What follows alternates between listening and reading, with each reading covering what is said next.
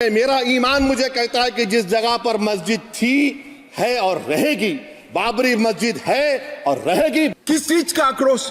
पूरा देश जब आनंद में डूबा है, भैया स्वागत कर लो, साथ में जुड़ जाओ, इसी से देश का भी भला है। क्या मोदी सरकार सिर्फ एक फिक्र और नजरिया हिंदुत्व की सरकार है?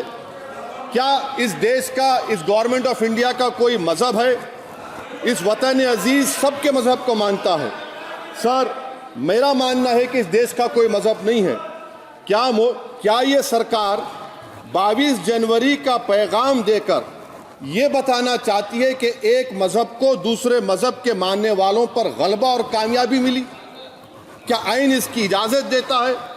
क्या ये पैगाम आप जब ऐवान से दे रहे हैं तो 17 करोड़ मुसलमानों को आप क्या पैगाम दे रहे हैं, ये मैं आप पर छोड़ता हूं।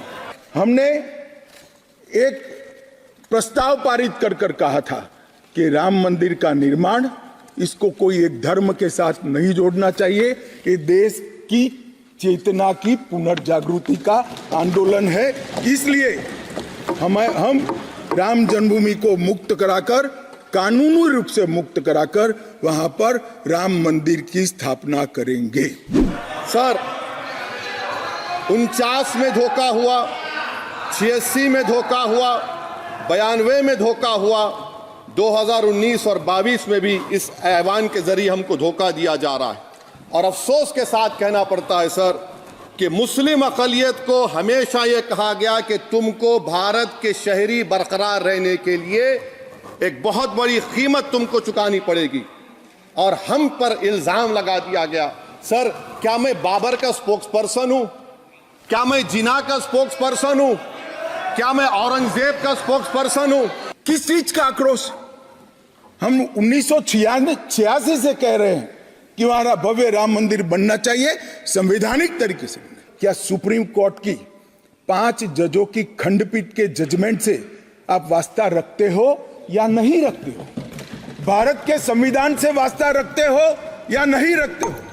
किसी ने अगर सुप्रीम कोर्ट की अवहेलना कर वहां पर मंदिर बनाया होता तो आप कुछ भी कह सकते थे, मगर जब देश की सर्वोच्च अदालत के 5 जजों की खंडपीठ ने, और जिसकी अध्यक्षता स्वयं चीफ जस्टिस ऑफ इंडिया और आने वाले 4 चीफ जस्टिस कर रहे थे, ऐसी महत्वपूर्ण बेंच ने जब ये निर्णय लिया, तब आप कैसे कन्नी काट सकते हो? Let me stand as a tall Indian Muslim and say that the light of Indian democracy today is at its dimmest today. Sir, in conclusion मेरी फिक्र में, मेरा ईमान मुझे कहता है कि जिस जगह पर मस्जिद थी, है और रहेगी, बाबरी मस्जिद है और रहेगी, बाबरी मस्जिद जिंदाबाद, जिंदाबाद, भारत जिंदाबाद। पूरा देश जब आनंद में डूबा है, पूरा देश आध्यात्मिक चेतना की जागृति का अनुभव हो रहा है, भैया स्वागत कर लो, साथ में जुड़ जाओ, इसी से देश का भी भला है और सबका भला है।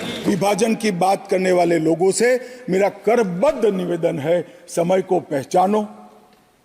पहचानो, एकता के संदेश को स्वीकारो और आगे देखकर चलना शुरू करो।